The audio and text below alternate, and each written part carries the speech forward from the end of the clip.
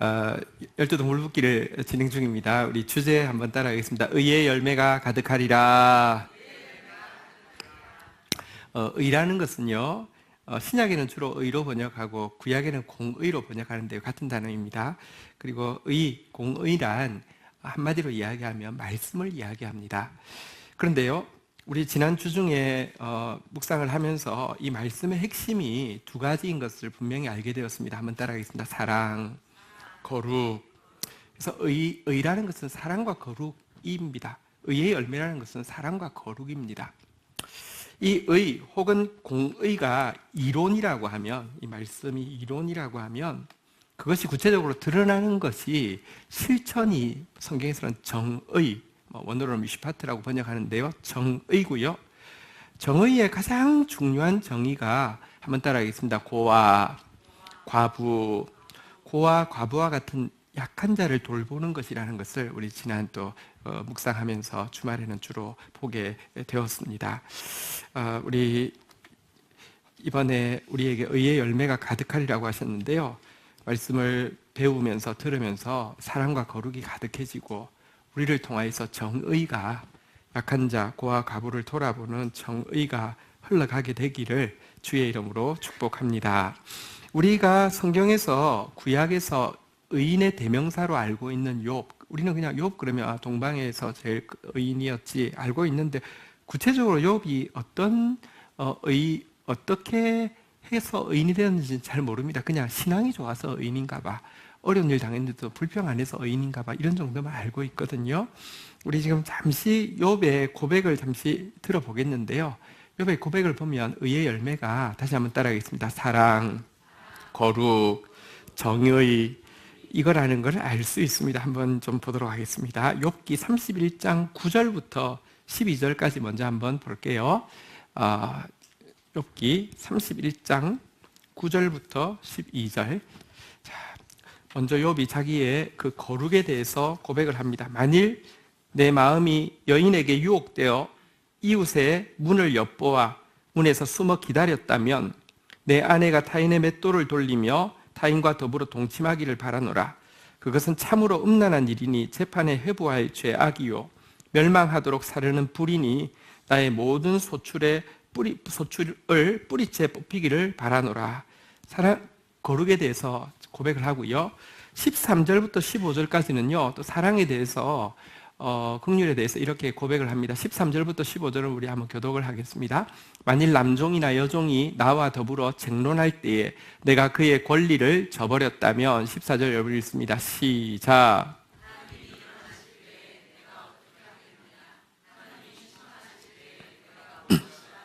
15절 같이 읽겠습니다. 시작.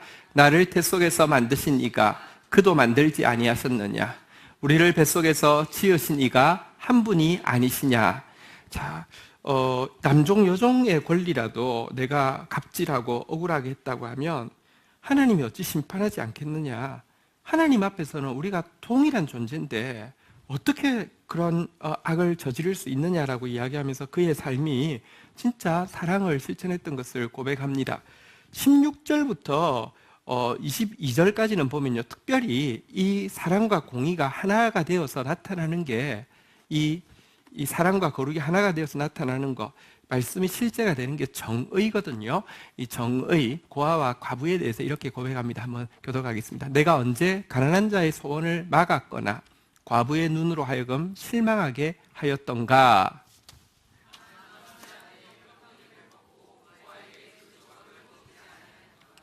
실상은 내가 젊었을 때부터 고아를 기르기를 그의 아비처럼 하였으며 내가 어렸을 때부터 과부를 인도하였노라.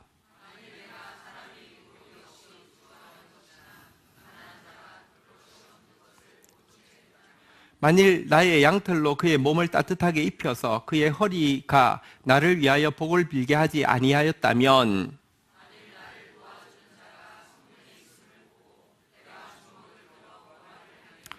성문에 있다는 것은 재판석에 있다는 뜻입니다. 지인이 재판석에 있는 거 보고 고아들을 막 주먹으로 패고 했다면, 우리 22절 마지막입니다. 같이 한번 읽겠습니다. 시작.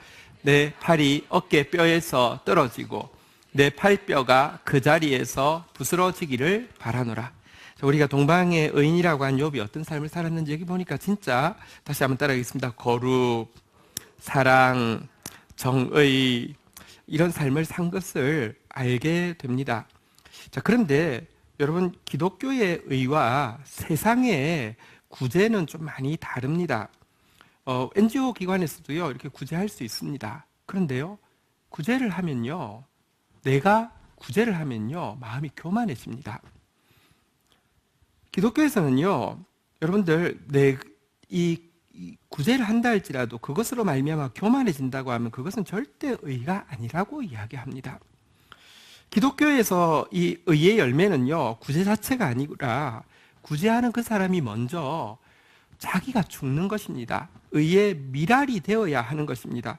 욥은요 이런 삶을 살았지만 그럼에도 불구하고요 이 욥기 과정에 보면요 내가 죄인인 것을 깨닫고요 내가 정말 하나님 앞에 자격 없는 자임을 깨닫고 완전히 죽어지게 됩니다. 그런데 그렇게 죽었더니 그 열매가 진짜 열매가 되었습니다. 그래서요 우리 오늘 설교 제목을 이렇게 한번 정해보았습니다. 한번 따라하겠습니다. 의의 미랄, 의의 열매. 우리는요 의의 열매를 맺기 위해서는요 먼저 내가 죽어지는 썩어지는 의의 미랄이 되어야 하고요 그때의 의의 열매가 맺히는데요. 욥은 이와 같은 의인의 대명사이긴 하지만 우리 시대와 참 멀리 있는 사람이기 때문에 오늘 이 의의 열매를 맺었고 또 이 일을 위해서 의의 미랄이 된 사람 중에서 우리 주변에 우리 시대에 살았던 그런 한 가정의 이야기를 들려드리는 것으로 오늘 설교를 하려고 합니다. 여러분 혹시 세계 고아의 날이라는 날을 혹시 들어보셨습니까? 안 들어보셨어야 됩니다. 왜냐하면 그런 날은 없습니다. 유엔에서 무려 110개의 날들이 있습니다. 무슨 날 무슨 날. 근데 아직 세계 고아의 날은 없습니다.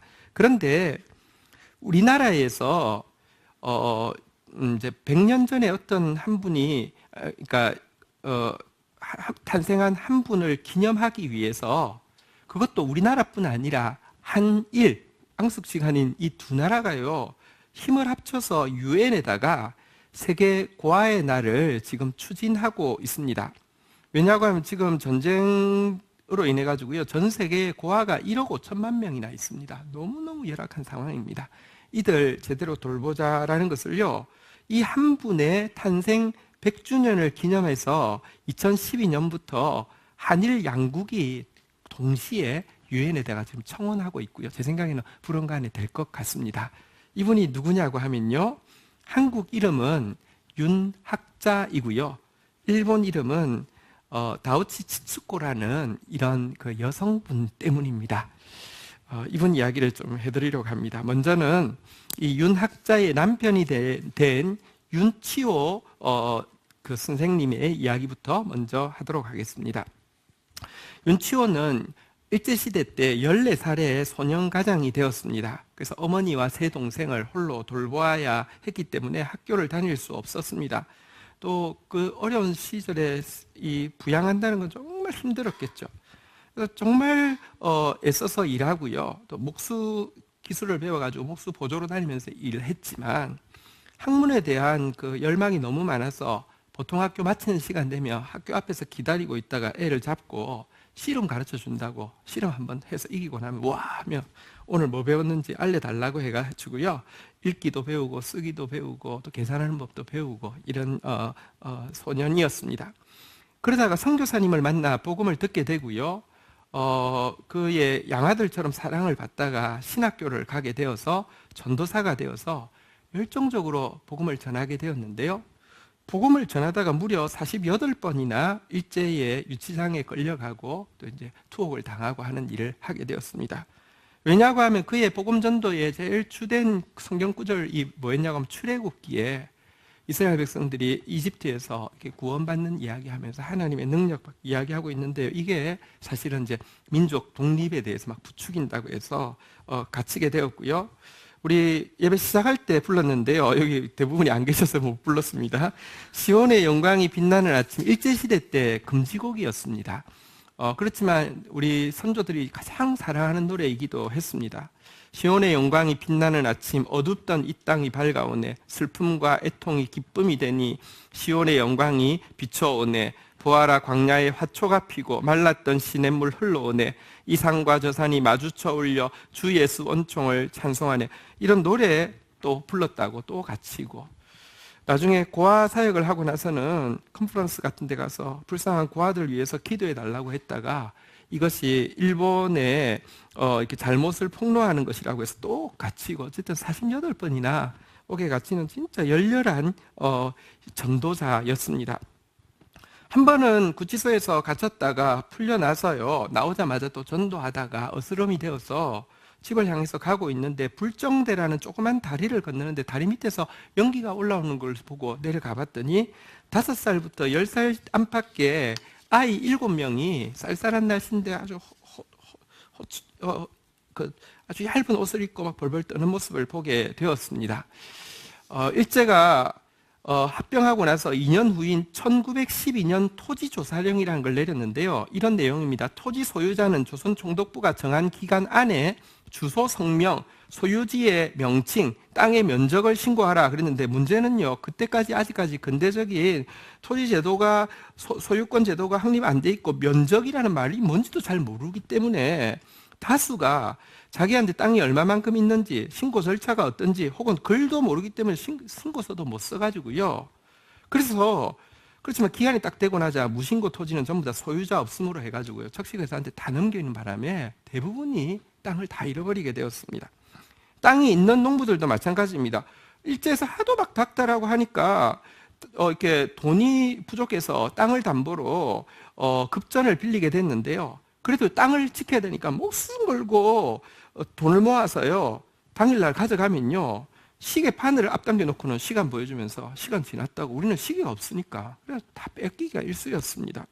근데 하루아침에 삶의 터전을 다 빼앗긴 사람들, 그나마 힘 있는 사람들은 만주나 일본으로 이주하게 되었고요.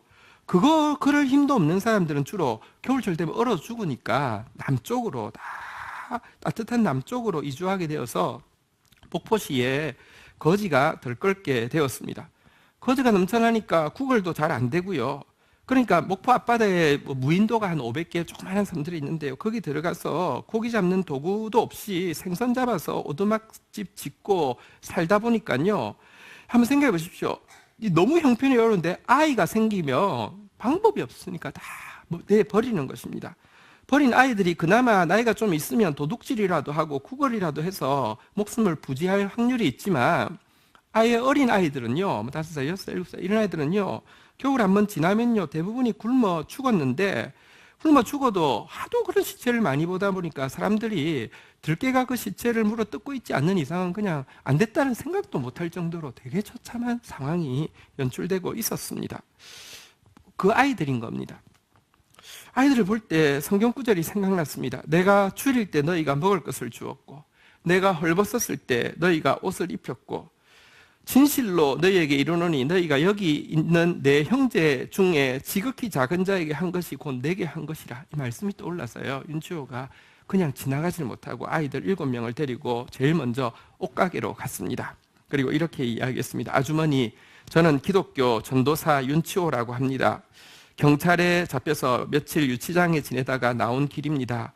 아이들이 추위에 떨면서 불을 피고 있기에 데려왔습니다. 이 아이들 모두에게 맞는 옷을 입혀주세요. 옷값은 반드시 2, 3일 안에 지불하겠습니다. 이렇게 사정했습니다.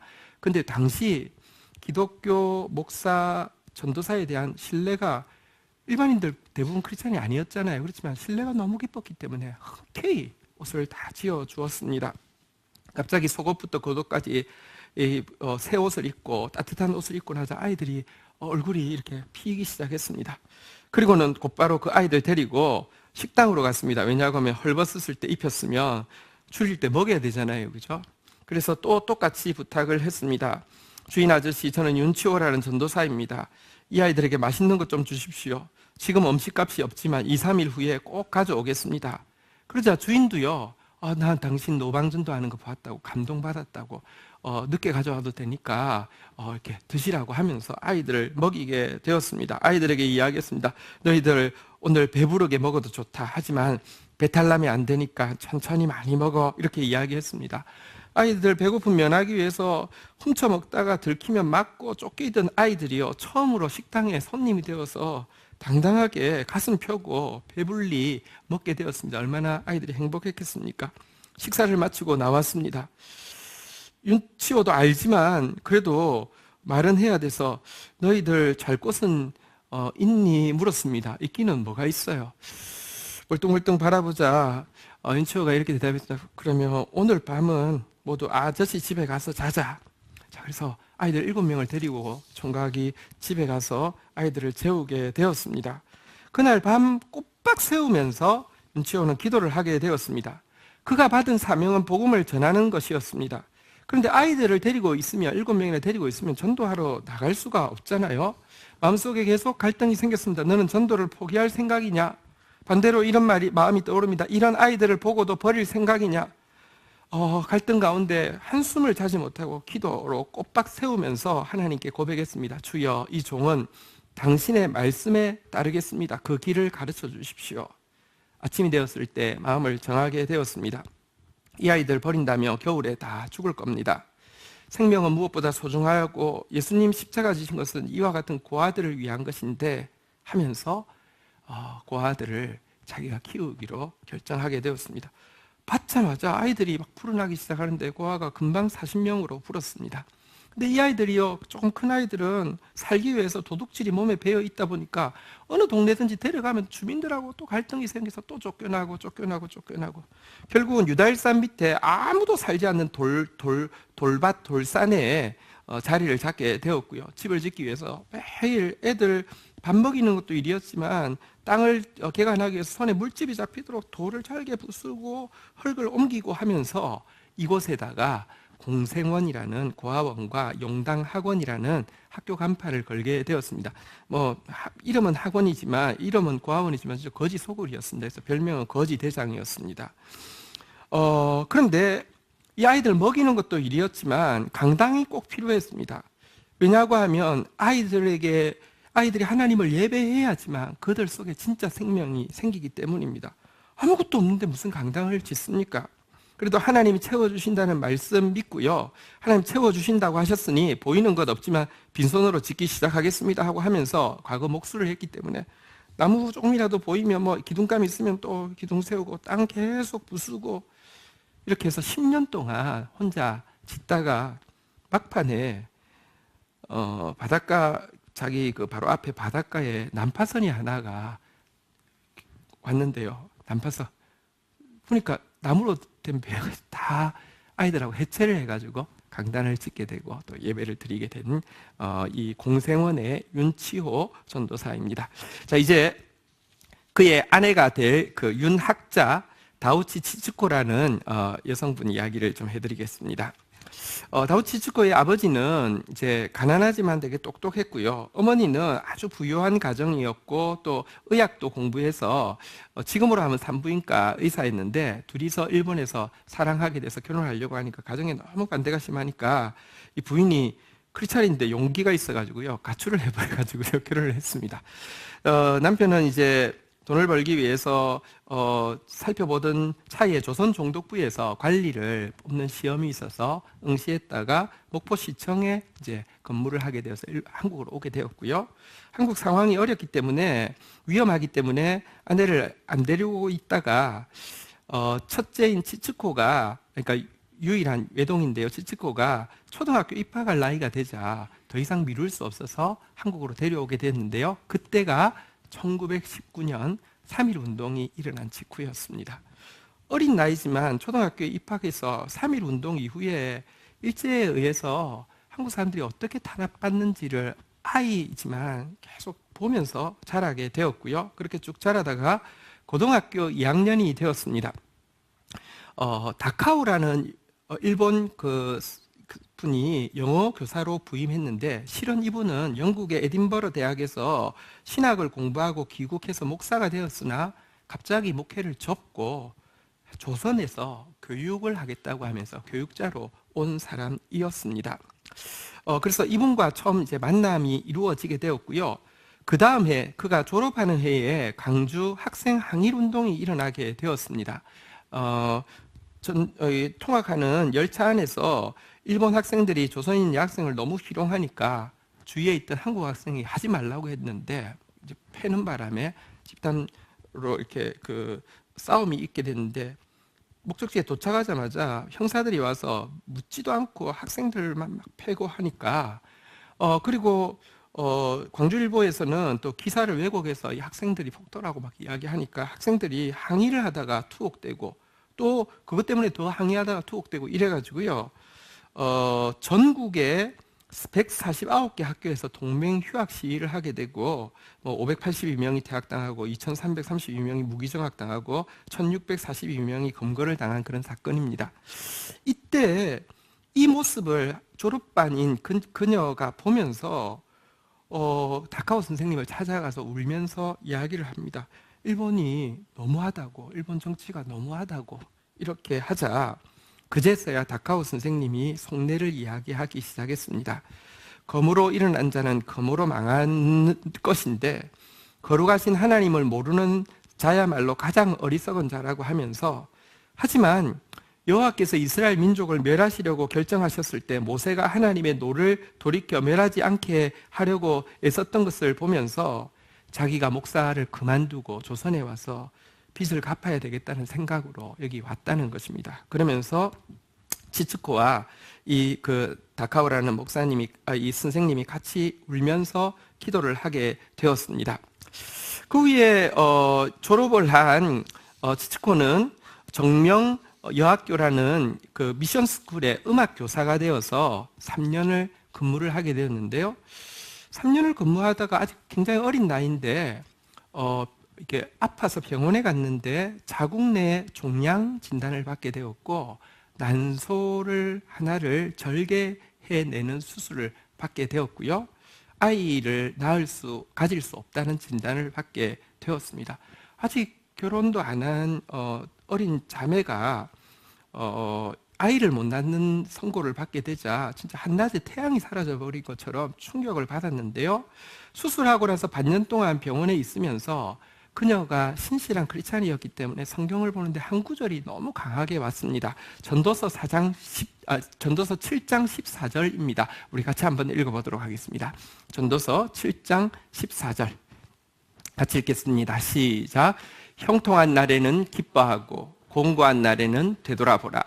이 두 가지를 하나님이 병행하게 하사 사람이 그의 장래 일을 능히 헤아려 알지 못하게 하셨느니라. 이 중에서 공고한 날에는 되돌아보라, 사람이 그의 장래를 능히 헤아려 알지 못하도록 하나님은 미래를 준비하신다는 이 구절을 보고 자기 삶을 되돌아보고 미래를 하나님께 맡기면서 이렇게 서원을 하게 되었습니다. 하나님, 저는 아이를 낳지 못하는 여성이 되었습니다. 그래서 결혼할 자격도 없습니다. 지금까지 저는 너무도 자기중심적인 인간이었습니다. 저는 기독교인으로서 실격자일까요? 이 병은 자기만 아는 이기적인 사람에게 내린 형벌인가요? 하나님, 만약 건강을 회복한다면 꼭 당신께 기쁨을 드리는 봉사를 하겠습니다. 이제까지 신앙심이 부족했던 것과 제멋대로 지내온 것을 용서해 주세요. 하나님, 저에게 목숨 걸 만한 보람 있는 일을 주세요 라고 서원하는 기도를 드리게 되었고요. 퇴원한 후에 그의 멘토인 다카오 선생님을 찾아가서 혹시 자기가 할 일이 있냐고 물었습니다. 그때 다카오 선생님이 이렇게 이야기했습니다. 일본이 자칭 신의 나라라고 하면서 선민의식에 사로잡혀 폭정만 일삼고 있는데 이러다가는 일본은 심판받을 수밖에 없는데, 그래서 일본인 누군가는 속죄하는 마음으로 조선의 아픔을 알아야 된다라고 이야기하면서 목포에 고아원이 하나 생겼는데 청년 전도사가 그 일을 하고 있는데, 그 당시 일제에서요, 아까 학교도 이름을 붙였다고 했잖아요. 학교에서는 이제 조선어 사용 금지 정책이 있어서 일본 선생이 반드시 있어야지만 학교가 운영이 되게 돼 있었습니다. 그래서 일본어 선생을 찾는다고 이야기하자 음악 선생과 일본어 선생으로 가보지 않겠느냐고 해서 그 길을 가게 되어서 첫 만남이 이루어지게 되었습니다. 첫 만남이 이루어진 날, 이 다우치 치츠코를 향해서 윤치호가 이렇게 열변을 했습니다. 하나님은 고아의 아버지시라고. 그래서 고아원은 하나님의 사업을 대신하는 거고, 고아에게 하늘에 계신 아버지의 존재를 가르쳐주고 하나님의 영광을 위해서 일하는 한 사람으로 키우는 것이 이 공생원의 비전이라고 이야기할 때에 시츠코는요, 그 말 듣고는 아직까지는 그가 정명여학교 선생님 휴직 상태였는데요, 바로 당일에 사직서 쓰고 그 다음날 이 거지 소굴로 들어와서 아이들을 이렇게 섬기게 되었습니다. 한 1년 반 정도 이곳에서 일하자 아이들 표정이 달라지게 되었습니다. 마치 어머니가 생긴 것과 같았습니다. 제일 처음에는 일본인이기 때문에 고아들도 반감이 있었는데요. 치치코의 진심이 통하고 나자 아이들은 어머니처럼 받아들였습니다. 한 아이는 병이 걸려서 혼절했는데 몇 날 며칠을 기절해 있다가 뭔가 의식에 손에 뭐가 걸려서 눈을 떴더니 그때까지 이 치치코가 손을 놓지 않고 계속 있는 모습을 보고 눈을 깬 기억도 간증하는 것을 보았습니다. 병이 들어서 음식을 못 넘기면요, 과일을 씹어서 먹이기도 하고요. 아이 중에서 고아가 병들어 죽게 되면요, 깨끗하게 씻기고 새 옷을 입히고는 그날 밤 자기 옆에서 채우고 떠나보내기 전에 채우기도 하고요. 하루는 애 중에 하도 배도 고프고 뭐라도 먹고 싶으니까 이 치치코한테 누가 너무 건강을 돌보지 않고 산다고 보약을 지어줬는데 그 보약을 혼자 다 마신 거예요.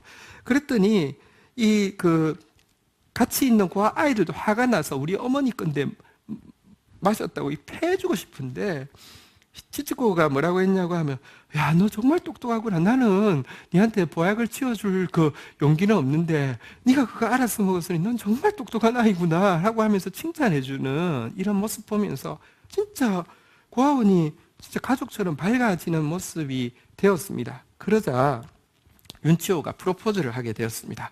공생원의 어머니가 되어주세요, 이렇게 프로포즈를 하게 되었는데, 하필이면 그 프로포즈를 할 때 독립운동을 위해서 경성대 경제학부를 다니고 있던 한동훈이라는 학생이 농촌에 숨어들어서 이제 그 조직 막 이렇게 세우고 있는 일을 하다가 부상을 당해서 이 공생원으로 들어오게 되었는데, 마침 그때가 프로포즈를 하고 있는 때였습니다. 그리고 치치코는 놀라서 주저하고 있는 모습이었습니다. 근데 한동훈은 일본 사람에 대한 반감이 너무 많았기 때문에 비웃으면서 이야기했습니다. 말로만 봉사하고 말로만 내선일체지 절대로 같이 않다고, 안 받아들인다고 하고 비웃었습니다. 어쨌거나 그러다가 그곳에서 며칠간 치료를 받다가 결국은 한동훈은 체포되어서요, 서대문 형무소로 이송을 가게 되었고요. 윤치호 역시 이 사람을 숨겨줬다는 이유로 잔인한 고문을 받고 아주 초췌한 모습으로 풀려나게 되었습니다. 풀려난 모습을 보고는 치치코가 결심을 하게 되었습니다. 그렇다, 저분은 내가 필요하다고 했다. 내가 아무 일도 못하더라도 저분의 구원을 그대로 받아들이자. 일본이 범한 수많은 범죄에 조금이라도 속죄하자. 아이를 낳지 못하지만 공생원 아이들을 내 아이들이라고 믿고 내 생애를 바치자. 이래서 프로포즈를 받아들이게 되었습니다. 그러나 프로포즈를 받아들이자 사람들의 반대가 극심했습니다. 한국 사람들은 반일 감정 때문에 너무너무 반대했고요. 또 윤치호의 어머니는 아이를 못 낳는다는 이유 때문에 반대했고요. 윤치호와 함께 독립운동을, 이분은 복음을 전하지만 어쨌든 독립운동하는 친구들이 있었는데 밤에 찾아와서 울면서 만류하면서 일본 사람하고 결혼하면 안 된다고 막 울면서 만류하고, 돌이키지 않자 너는 너의 길을 가라고 하고 절교를 선언하고 이런 일도 있었고요. 일본 사람들도 마찬가지입니다. 조선 총독부 관리의 딸이 이제 아버지는 그리고 얼마 지나지 않아서 한국 오셔서 돌아가셨습니다. 관리의 딸이 거지 대장하고 결혼한다고 하니까 일본 체면 문제라고 또 막 극구 반대했습니다. 결정을 해야 되는데 결정을 못할 때 그의 어머니, 치치코의 어머니가 크리스찬이신데요, 조산혼을 하는 이분이 이렇게 대답했다고 합니다. 여러분, 우리 믿음의 부모들이 이래야 되지 않을까 이런 생각이 듭니다. 이렇게 물었습니다. 너 그 청년을 사랑하니? 결혼이란 나라와 나라가 하는 것이 아니라 사람과 사람이 부부가 되는 것이다. 하나님 나라에서는 조선인도 일본인도 차별이 없다. 모두 형제 자매다. 믿고 사랑한다면 어떤 고통도 견디리라 생각한다 하고 어머니가 결혼을 이렇게 허락을 했고요. 그래서 1938년 10월 달에 이제 결혼식을 하게 되었습니다. 근데 결혼식 장면이 아주 보기 드문 장면이 연출되었습니다. 왜냐고 하면 윤치호가요, 자기 결혼식에 거지들을 초청을 했는데, 거지들이 그래도 여기 일본인 그 관리 딸이기 때문에 막 명사들이 오는 곳이었기 때문에 거지들이 여기 올 수 있도록 새 옷을 다 이렇게 보내가지고요. 그래서 새 옷 입은 거지가 명사들하고 어깨를 나란히 하고 잔치에 참여하게 되었습니다. 왜냐고 하면 그리스도 안에서는 모두가 평등하다는 것을 그는 그 정신을 보여주고 싶었어요. 이렇게 옷을 보낸 것입니다. 그러나 문제는 돈이 없어가지고 자기는 그 결혼 예복을 준비를 하지 못해서 결혼식장에 들어갈 때까지 옷이 없었는데요. 친구가 부랴부랴 시계를 전당포에 맡겨가지고 그 옷으로 국민복을 빌려와가지고 입혀가지고 이제 결혼식에 들어가게 되었고요. 결혼식 마치자 이제 문 앞에 나오자 거지들이 다 거지 대장 만세 하면서 이제 결혼식을 이렇게 결혼 생활을 출발하게 되었습니다. 치호는 미리 빵까지 이제 한 번씩 다 정성스럽게 준비해서 이 거지들을 다 주어서 이런 이제 결혼식을 하게 되었습니다. 결혼한 치츠코는 성경의 아내들을 이어 남편에게 복종하기를 주께 하듯 하라, 이 구절 때문에 이름도 한국식으로 윤치호, 치츠코가 이렇게 윤학자입니다. 한자로. 그래서 이제 윤학자로 바꾸게 되었고요. 바로 옷도 기모노에서 치마 저고리로 갈아입었고요. 그때부터는 음식도 김치와하고 된장찌개만 먹었고요. 나중에 독립이 되고 나서는요, 일본어는 한마디도 하지 않고 한국말만 쓰는 사람이 되었습니다. 이렇게 해서 봉사를 하게 됐는데요. 그런데 어려운 시절이었지만 막 열심히 봉사하고 있는데 신비한 일이 생겼습니다. 성경에 보면 불임 여인이 아이 낳는 이야기가 많습니다. 한나도 그랬고요. 아브라함도 그랬고요. 한나는 사무엘을 바치고 나서 이남 이녀를 더 낳았는데요. 이 윤학자 여사에게 이남 이녀가 태어나게 된 겁니다. 그래서 사실은 너무너무 감사했죠. 전혀 생각도 안 했는데.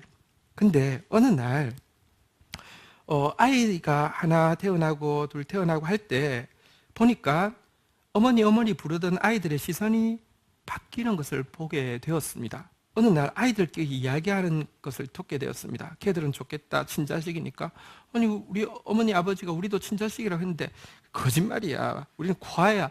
이 이야기를 듣자마자 그날 밤에 너무너무 아파하다가 결국 결정했습니다. 자기 그때까지 둘을 낳았는데요. 둘째는 아주 그냥 진짜 그냥 빗덩이 같았는데요.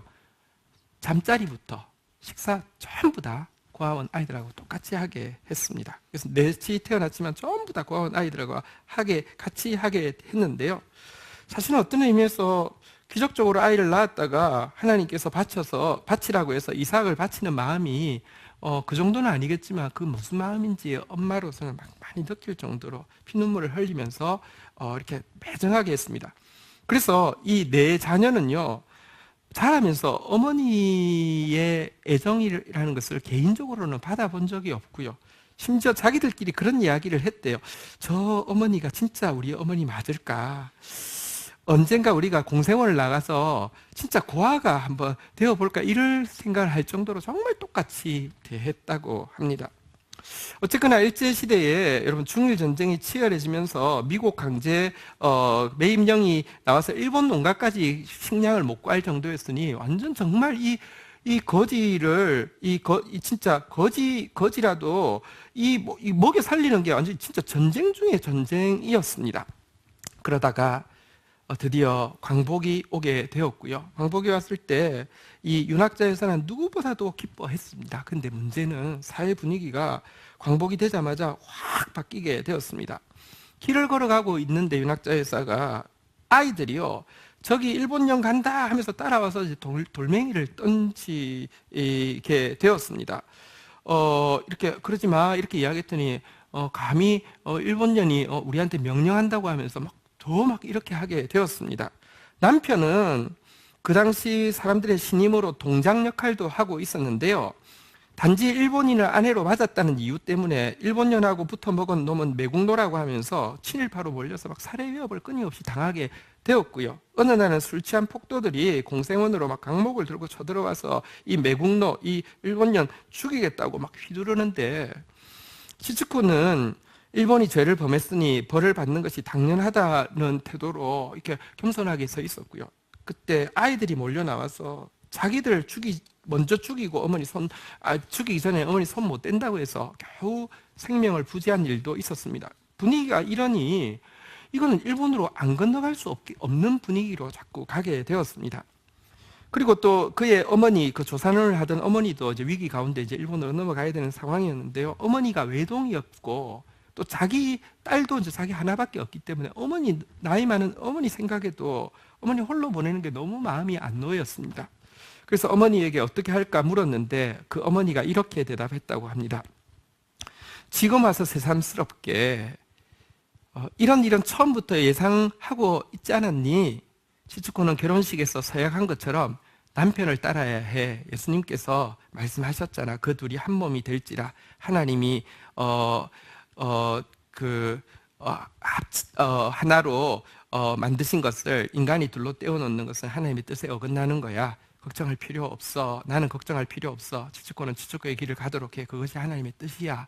이래서 남기로 했습니다. 정말 그 어머니도 대단하고 딸도 대단합니다. 제일 처음에 이제 일본에 대한 감정 때문에 막 이렇게 살해 위협이 있었지만 해방된 지 한 해, 두 해, 세 해 지나서 1949년이 되자 사실 이분들이 어떻게 봉사하고 살았는지는 알고요. 또 공생원이 20주년 될 때가 되자 시민들이 이제는 치츠코와 윤치호에 대해서 그런 마음 하나도 없었고요. 도리어 20주년 기념비를 시민들이 힘을 모아서 세워주어서 안정이 되게 되었습니다. 이제는 이제 괜찮았구나 했는데 그 다음 해에 6.25가 터지게 되었고요. 6.25가 터지자 얼마 지나지 않아서 공산군이 파죽지세로 목포까지 차지하게 되어서는 일본 여자하고 사는 윤치호는요 반동분자 1순위가 되어서 인민재판에 끌려 나오게 되었습니다. 제목은 세 가지였습니다. 일본 여자와 결혼했으니 외놈 앞잡이고요. 동장일을 했으니 남반부 괴뢰정권 개고요. 전도사니까 인민을 미혹하는 그리스도교 강신자여서 완전 삼관왕입니다. 그래서 그 사람이 이제 인민재판을 진행을 합니다. 윤치호의 죄는 이제 명명백백하게 드러났소. 반동분자 윤치호는 사형의 처에 마땅하다고 생각하오. 찬성하면 박수 치시오. 이렇게 했는데요. 아무도 박수를 치지 않았습니다. 그리고는요. 동네 주민이 무섭지만 용기를 내어서 이야기했습니다. 저 사람은 그런 사람 아닙니다. 저 사람 살려주십시오. 전부 다 이야기를 하자 이 간부가 머리가 좋았던 것 같아요. 갑자기 그러면 이 사람을 동인민위원장으로 세우겠다고 하겠냐고 이렇게 되었습니다. 안 할 수도 없는 분위기였지만 윤치호가 그렇다고 하면 우리 공생원 아이들을 비롯해서 동네 선량한 주민들 생명을 보장해 주신다고 하면 하겠습니다. 이렇게 되었습니다.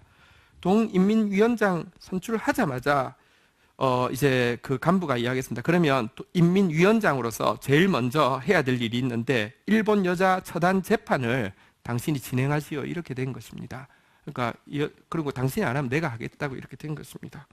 그래서 서서 자기 아내 인민재판을 진행하게 되었습니다. 동무들 인민재판을 시작하겠습니다. 여기 있는 윤학자를 사형에 처하는 것에 찬성하시는 사람은 박수 쳐주십시오. 여전히 아무도 치지 않았습니다. 그러자 간부가 막 길길이 날뛰었습니다. 그러자 그가 다시 이렇게 이야기했습니다. 여러분, 윤학자가 일본 여자이기 때문에 사형시켜야 한다고 생각하는 사람이 있으면 지금 당장 박수를 치십시오. 그러나 그녀를 사형시키기 전에 저를 먼저 사형시켜 주십시오. 이것은 공생원에 있는 170명 고아들이 같은 심정일 것입니다. 이렇게 이야기하면서요. 결국은 아주 구사일생으로 두 분이 살게 되었습니다. 근데 문제는 2달 후에 국군이 들어오게 된 것이죠. 국군이 들어왔을 때 여러분 이 한치호는 동인민위원장이었습니다. 지금 죽은 거예요. 그냥 그때 얼마나 많이 여러분 학살당한 것도 우리 아시잖아요. 죽은 것입니다. 감옥에 갇히게 되었고요. 면회도 되지 않게 되었습니다. 하염없이 문 앞에서 기다리는 것밖에 할 수 없었는데 집차가 도착을 했습니다.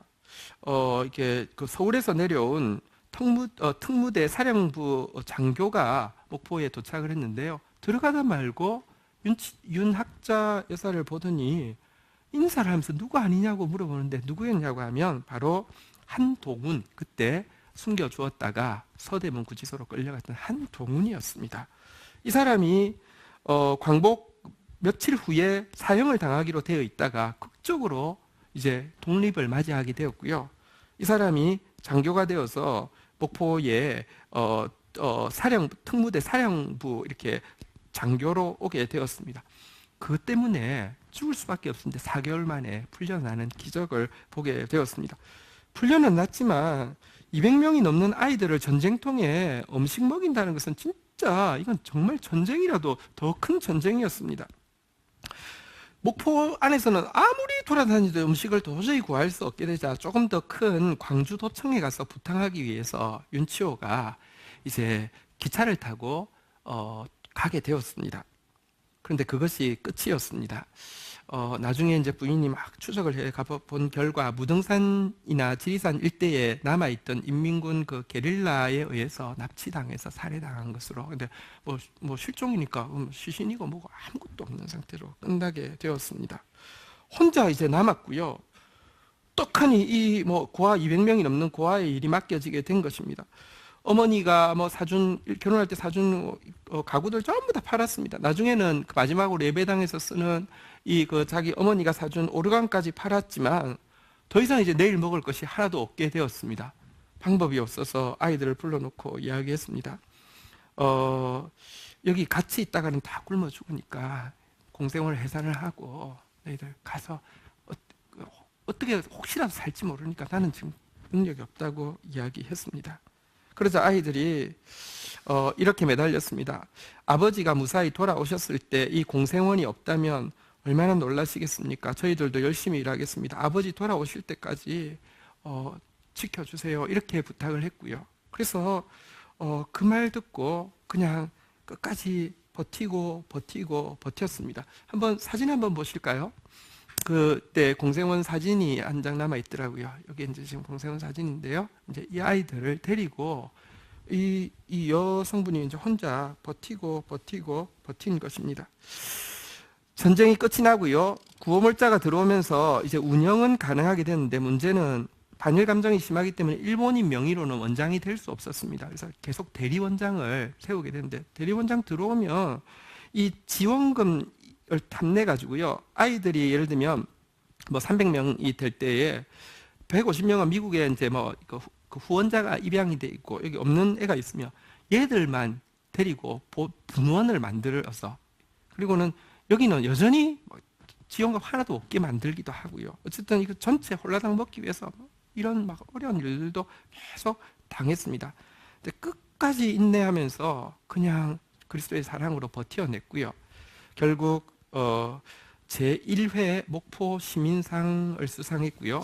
대한민국 국민으로 받을 수 있는 최고 훈장인 대한민국 문화훈장 국민장도 수상하게 되었고요. 일본에서 일본을 위해 애쓴 저명인사 외국인에게 주는 훈장인 남포 수장을요. 일본인이 외국을 위해서 일한 경우로는 처음으로 또 이 윤학자 여사에게 수여를 하게 되었습니다. 그런데 몸을 돌보지 않고 일을 한 관계로 급격히 몸이 나빠지게 돼서 폐암이 걸리게 되어서요. 입원을 하셨는데요.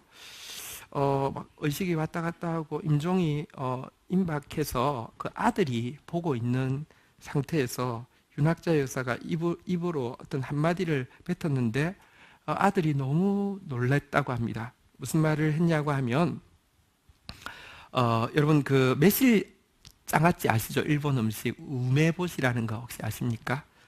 입으로 우메보시가 먹고 싶다는 말을 일본어로 했는데요. 자기 어머니지만 단 한 번 농담으로라도 일본 말을 한 번도 안 썼는데 임종이 다가오자 우메보시가 먹고 싶다 이걸 일본 말로 하는 걸 보고 너무 놀랬다는 겁니다. 왜냐하면 자기 어머니는 일본인이지만 한국인 줄 알았어요. 뭐 김치를 좋아하는 사람인 줄 알았어요. 근데 평소에 그게 먹고 싶은데 한마디 안 하다가 아프고 이제 임종할 때가 되니까 우메보시 먹고 싶다 이야기 할 때 아들이 우리 어머니가 한국인으로서 살아보시기 위해서 진짜 한국 사람 사랑하면서 살기 위해서 어떻게 살았는가가 너무 마음에 와닿게 되었고요. 지금 그 아들 윤기라는 아들은요 일본으로 건너가서 마음의 가족이라는 복지재단을 하는데 뭐냐고 하면 제일 교포들이 임종하실 때에 한국식으로 식사하시고 한국 문화에서 돌아가실 수 있도록 하는 거. 왜냐하면 어머니 그 모습을 보고는 아무리 일본에 살아도요, 오래 살아도요, 한국말 하나도 못해도요, 한국 사람이잖아요. 그런 일을 하게 되었고요. 결국은 1968년 10월 31일 날 56세의 생일에 공생원에서 생을 마감하게 되었습니다. 그녀가 숨기는 동안 공생원을 거쳐 나간 아이들이 2,900명이었고요. 그리고 10월 31일에 돌아가셨는데 11월 2일에 목포역에서 목포 시민장을 하게 되었는데요. 각 처에서 3만 명이 몰려와서 그 어머니의 가시는 길을 지켜보았고요. 마지막으로 그 공생원 원생들이 이제 윤학자 회사가 제일 좋아하던 노래를 부르면서 연구차가 조용히 장례식장을 출발했는데 그 노래가 뭐냐고 하면 울밑에선 봉선하야 이 노래였습니다.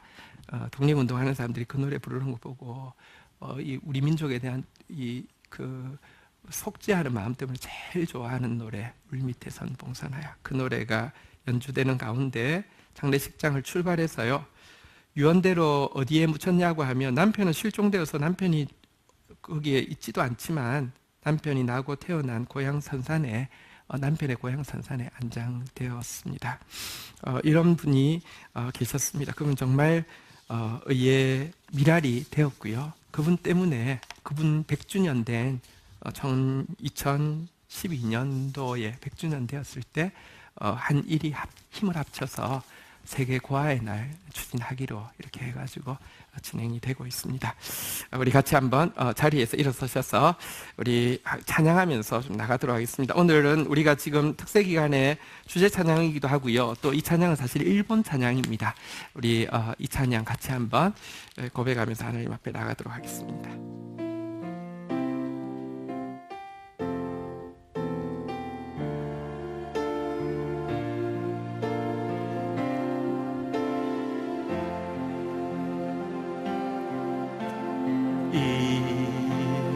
이곳에 생명샘 솟아나 눈물 홀짝 지나갈 때에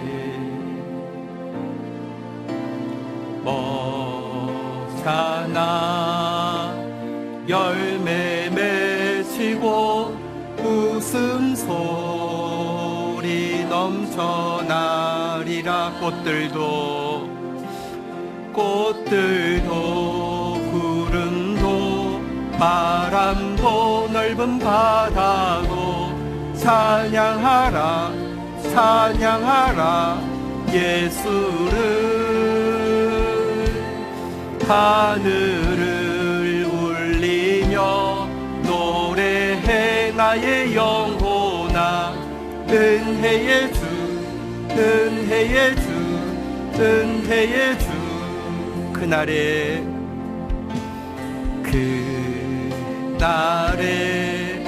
하늘이 열리고 모든 이가 보게 되리라.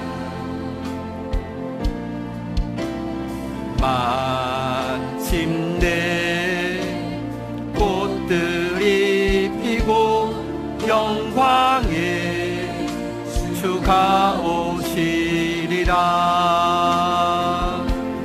꽃들도 구름도 바람도 넓은 바다도 찬양하라 찬양하라 예수를.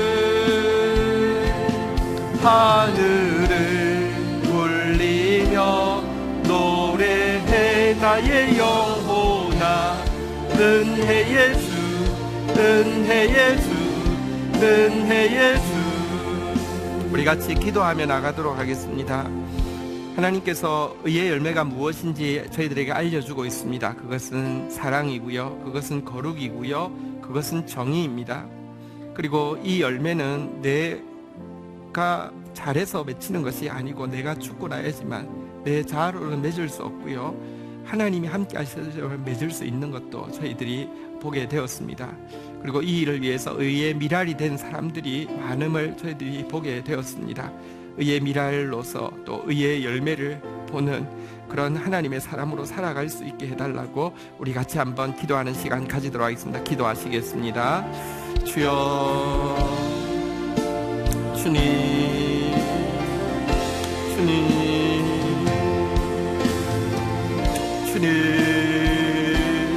참 거룩의 사람으로, 참 사랑의 사람으로, 참 정의의 사람으로 살아가게 하여 주시옵소서. 내 힘 가지고 할 수 없음을 고백합니다. 하나님 힘 주시옵소서. 하나님 성령의 힘으로 그렇게 살아낼 수 있도록 주여 도와주시옵소서. 예수 그리스도께서 의의 미랄이 되어주셨기에 우리가 이 열매를 맛보게 되었습니다. 나도 하나님 민족을 위하여서, 범죄로 치닫고 있는 민족을 위하여서 의의 미랄이 되어지게 하여 주셔서 의의 열매를 맺게 하는 하나님의 사람 되어질 수 있도록 주님 도와주시기를 간절히 간구하고 소원합니다. 우리 공동체가 그런 공동체로 설 수 있도록 주여 도와주시기를 원합니다. 주님, 우리를 불쌍히 여겨 주시옵소서. 주님의 마음 가지고 주님을 닮고 주님의 모습을 보여주는 하나님의 사람들로 설 수 있도록 주여 역사하여 주시기를 간절히 간구하고 소원합니다. 은혜를 더하여 주시옵소서. 함께 기도하겠습니다. 나라와 민족을 위하여, 교회와 열방을 위하여, 구원받을 영혼, 치유받을 영혼을 위하여, 미래의 교회의 주역이 될 다음 세대를 위하여 하나님, 저희들에게 의의 열매가 무엇인지 알려주셔서 감사합니다. 참으로 성결한 삶, 참으로 사랑의 삶, 참으로 정의를 위해 쓰는 삶 살 수 있도록 도와주시옵소서. 저희의 자아 가지고 될 수 없음을 고백합니다. 하나님, 내가 죽고 예수 살아서 의의 열매 맺을 수 있도록 도와주시옵소서. 이 일을 위해서 예수 그리스도께서 의의 미랄이 되어주셨고 또 믿음의 선배들, 그와 같이 의의 미랄이 된 하나님의 사람들이 있었음을 인하여서 감사합니다. 민족이 지금 극한 죄와 정말 그 약자에 대한 그 잔혹함으로 치닫고 있는 이때에 하나님, 정말 하나님의 마음 가지고 의의 미랄 되어지고 의의 열매를 보이는 하나님의 사람들로 설 수 있도록 우리 공동체를 불쌍히 여겨주시기를 간절히 간구하고 소원합니다. 감사합니다. 예수 그리스도의 이름으로 기도 올립니다. 아멘. 광고 말씀 중에서 몇 가지만 좀 드리겠습니다. 예배 마치고 1, 4분기 재정 보고가 있습니다. 한 5분도 안 걸리니까요. 우리 재직들 남아주시기를 바라겠습니다. 우리 교육실 로비에 영원한 사랑이라는 전시회가 오늘부터 부활절 위해서 이렇게 특별히 준비를 했습니다.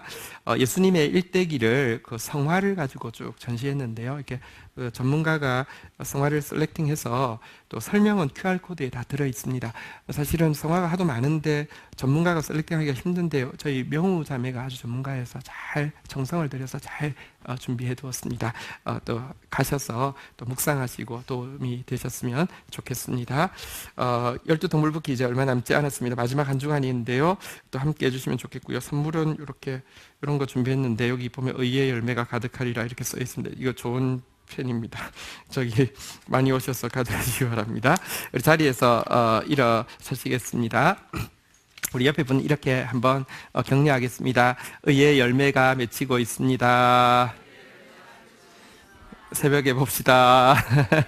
네, 축도하겠습니다. 여호와는 내게 복을 주시며 너를 지키시기를 원하며 여호와는 그 얼굴을 내게 비추사 은혜 주시기를 원하며 여호와는 그 얼굴을 내게로 향하여 드사 평강 주시기를 원하노라.